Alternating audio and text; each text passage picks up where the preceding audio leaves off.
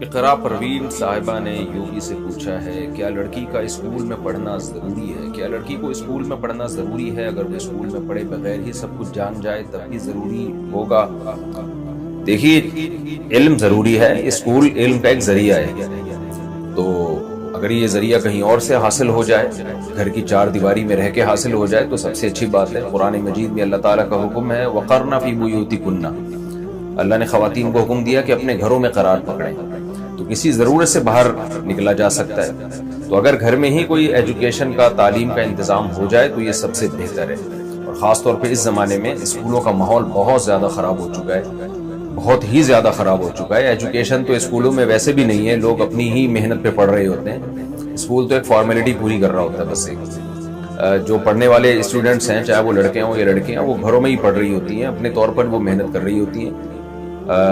اور اسکول کا جو، کیونکہ کو ایجوکیشن سسٹم چل رہا ہے ہماری سوسائٹی میں، وہ اتنا زیادہ خراب کر رہا ہے۔ ہمارے پاس صبح شام فیملیوں کے کیسز آ رہے ہیں، ماں باپ جب بچے بگڑتے ہیں تو ایک عذاب میں گئے ہوئے ہوتے ہیں۔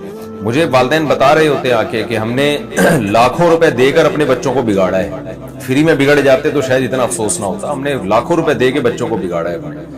تو ایجوکیشن الگ چیز ہے، ماحول بالکل جو اسکولوں میں دیا جا رہا ہے وہ بالکل ایک الگ چیز ہے۔ ہم ایجوکیشن کے، تعلیم کے خلاف نہیں ہیں، اس ماحول کے خلاف ہیں۔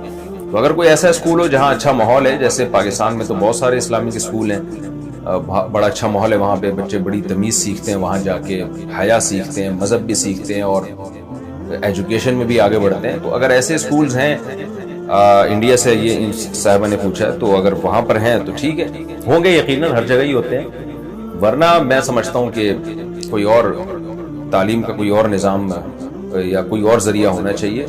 ہوم اسکولنگ کی طرف بہت سے لوگ اب اس پہ کوشش کر رہے ہیں، ہوم اسکولنگ کو فروغ دیا جائے تاکہ بچے باہر کے ماحول سے خراب نہ ہوں، تو اس کو پروموٹ کرنا چاہیے۔ بلکہ پہلے زمانے میں تو اس کا بھی خیال ہوتا تھا کہ گھر میں جو استاذ آ کے پڑھا رہا ہے نا، یا کوئی فیمیل ٹیچر پڑھا رہی ہے لڑکی کو، تو اس کو بھی دیکھیں وہ کیا ہے۔ وہ اگر دیندار نہیں ہے، وہ اگر حیا نہیں ہے اس میں، تو بچہ ٹیچر سے بہت زیادہ متاثر ہوتا ہے، خوب سمجھ لیں۔ تو ٹیچر کا نیک ہونا اور اچھے خاندانی ہونا یہ بہت زیادہ ضروری ہے، اس سے بچے کی تربیت پہ بہت گہرا اثر پڑتا ہے۔